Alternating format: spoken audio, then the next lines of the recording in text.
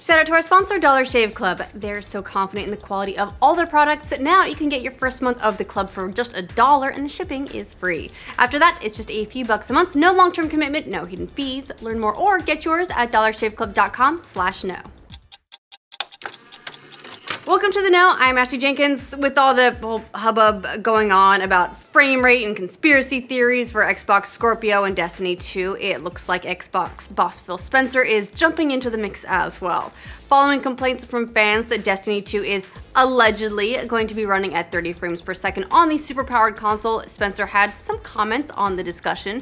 When one fan asked if Destiny 2 and Call of Duty will be better on Scorpio, Spencer replied, "I'm very confident from what we are seeing and hearing, Scorpio will be the very best console version of games this year." So, Microsoft, very confident spot heading into E3, but notice they're not talking specifics yet. On that front, the E3 front that is, they've already started running through their stage rehearsal for their conference, and Spencer thinks things are looking pretty great. Of course, gamers can be the judge of that in just a few weeks' time. Now, we've got a few more supporting evidences is that the long-rumored Mario Rabbids crossover game is 100% real, and it's way more ridiculous looking than anyone could have imagined or would have wanted to imagine. Yesterday, a number of Nintendo insiders leaked similar official images related to the game, showcasing our first proper look at the Rabbids-ized Nintendo characters in all their glory. Yeah, let's go with that. Nintendo World Report followed up those images with some slides that seemingly show off the marketing pitch for the game. It will reportedly be about 35% exploration, 65% turn-based combat. Interesting. That exploration will play out across a number of twisted Mario locales full of Easter eggs. Meanwhile, the turn-based strategy combat happens via upgradable firearms along with tactical options on the battlefield. Now, as previously reported, the main characters are Mario, Luigi, Peach, and Yoshi, along with twisted Rabbids versions of them, and some of those, particularly Peach, became the object of many ridiculous internet memes in no time at all. Now, we've heard very scant details of Crackdown 3 in months now, but now that we're on our way to E3, we're starting to get a little bit more information. Yesterday, the Crackdown team confirmed on Twitter that the upcoming open-world Orb Hunter will officially be an Xbox Play Anywhere title. That means it's not only coming to PC, it will be cross-save and cross-buy, so you can freely swap between your PC and Xbox One. Seems fairly obvious on the surface, but they hadn't commented on that officially in quite some time, so it's good to know. No word on whether or not this means it'll also be cross-play. Recent titles like Halo Wars 2 were part of the Play Anywhere program, but didn't allow users to play together even in cooperative modes, so TBD. Is Final Fantasy VII Remake finally moving deeper into production? We ask this a lot, but this might actually be the case now, according to some recent job listings from Square Enix. On the company's official site, 3 key staffers, executive Yoshinori Kitase, director Tetsuya Nomura, and development lead Naoki Hamaguchi, are looking for a battle planner for the Final Fantasy VII Remake. While that might seem a little bit late to be doing that, older job listings indicate the company was hiring for the same position for Final Fantasy 15 about a year and a half ahead of its final release. So who knows, maybe we could actually be seeing this game sometime late 2018, early 2019? Yeah, well, let's get real, anytime before 2020 would be a miracle at this rate, and I think everyone would just be very happy to see it someday. Yesterday's first Making of Call of Duty livestream for Call of Duty World War II promised some new details about this year's big sequel, and it delivered. The game's developers at Sledgehammer revealed some new tidbits on what we can expect to see, including some of the most infamous battles of World War II, the Normandy invasion, as well as the Battle of the Bulge. The team also discussed how they're priding themselves on the title's historical accuracy and want to give it many huge cinematic moments. Oh, it's also going to have zombie mode in it, so accuracy. But you know what? I will take zombies over accuracy any day. After potential leaks by Gamefly several months ago, it looks like we've got even more hints that Modern Warfare Remastered is getting a solo release. One German retailer listed the standalone game on its website this week, as screenshotted by eagle-eyed posters at NeoGAF. Its release is fairly close to the date the Gamefly listed as well, June 23rd. The Gamefly leak listed the title for June 20th. I wonder if we're going to hear something about that at E3. Rather troubling, the German retailer pins the game at costing €40 on its own, which would translate to about $45 American. Although with game prices and localizations, it really could go anywhere down to 30 potentially in North America. Hopefully, just a placeholder price. Fans were already peeved enough about having to spend an extra 20 to buy it alongside Infinite Warfare. How much worse would it be to buy a game you've already played for 40 bucks? Again, well wait, we call those remasters. The developer behind World of Tanks is very sorry for being a dick to one of its players. Now, you might remember the recent controversy earlier this week where one of their community contributors, YouTuber Surfosh, posted a video that was a little bit, you might say, critical of a new tank in the game. Turns out the studio Wargaming did not approve and threatened him with a copyright strike if he didn't remove the video.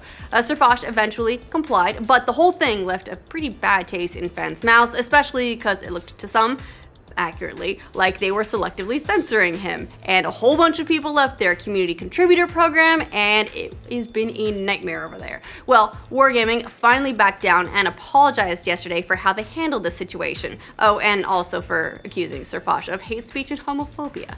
Wargaming said in a statement, "We love our players and our contributors, and we appreciate their honesty and commitment. We're committed to using this incident to grow and improve." Now, it looks like Sony's Santa Monica studio is working on something big for PlayStation's VR headset. The site VR Focus quoted a studio representative who said, "It's a full-blown second wave title for PlayStation VR. It'll be revealed soon, and I know it'll go well with the core PlayStation audience, but I can't say any more than that." The studio's already made some VR games like Modern Zombie Taxi Company, Here They Lie, and Bound. No word on yet this new project might be yet, but pretty decent chance we're going to hear more about it in a couple of weeks at E3, where Sony's VR division will absolutely have a presence, and they've all been a little bit quiet for a couple months, so I'm expecting some big surprises. Maybe God of War VR game to just go along with a sweet demo a while back. No? Well, I want it anyway. Looks like another DC movie has lost its director. Variety is reporting that Doug Liman has bowed out of directing the upcoming Justice League Dark film. Apparently, the reason is because of scheduling. Liman is also set to direct the movie Chaos Walking for Lionsgate, which was recently approved. Apparently, the Warner Brothers has already been meeting with other directors and should have a new one named very soon. They're getting really good at this part now. We don't know much about the plot of the Dark Justice League movie, which is known as Dark Universe, but it apparently involves a Justice League team that includes John Constantine, Swamp Thing, Deadman, and others. So it's like Suicide Squad again. Hopefully they'll announce another director soon, though, because seems like a really cool idea. If they can just execute it right, all the anti-heroes, yes! A Vanity Fair cover story on the upcoming Star Wars movie has also given us a sneak peek at two new characters who will be debuting in The Last Jedi. One of the characters, Vice Admiral Amilyn Holdo, is an officer in the Resistance, and she'll be played by Laura Dern. We got to see a cool photo of her in all her pink-haired glory. The other character, who will be played by Benicio del Toro, is a lot more mysterious. Still, the only detail that director Rian Johnson would give about him is that he's a shady character of unclear allegiances, and that the members of his crew call him DJ.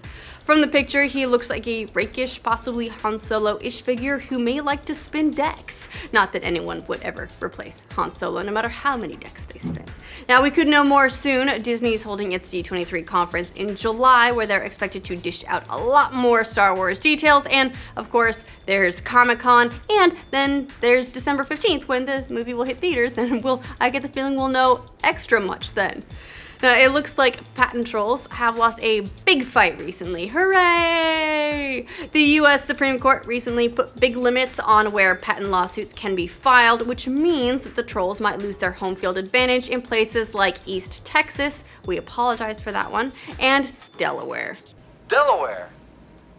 Hi, I'm in Delaware.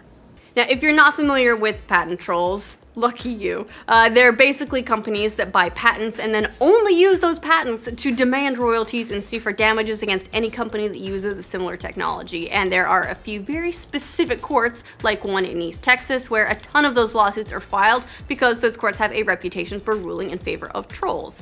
Sorry, plaintiffs. That's what they're called. The recent Supreme Court ruling was cheered by many in the tech industry who say that patent trolls are stifling innovation with all their frivolous lawsuits. So yeah, hopefully after this ruling, all the trolls will go back under their bridges or to 4chan or wherever it is that they live. You know, we've been hit with lawsuits here at Rooster Teeth from patent trolls before. There was one who said they own podcasts because they used to record their voice onto tapes and then mail them to people, and that's basically the same thing. And then also there was one, I think for mobile apps, if you rotate the screen, if you can rotate a screen, that's a patent. Today we all learned. Anyway, that's all the news we have for you guys today. Let us know what you think of all these stories in the comments down below. To make sure you get news from every corner of the internet every single day, make sure you like this video. And if you're new here, it would also help if you subscribe to the now. Actually, that means a lot to us, so. Thanks to Dollar Shave Club for sponsoring this update. DollarShaveClub.com delivers amazing razors right to your door, so you don't have to keep using the same dull, gross, hairy razor just because it's a pain to get them from the store and you keep forgetting. They come to you.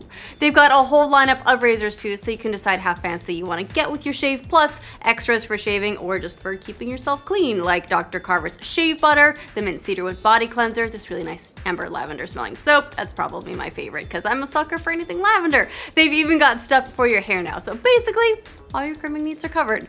Dollar Shave Club is so confident in the quality of all their products. Now you can get your first month of the club for just $1 and the shipping is free. After that, it's just a few bucks a month, no long-term commitment, so you can cancel when you decide you want to try for that sweet, sweet beard or let your leg hair flourish.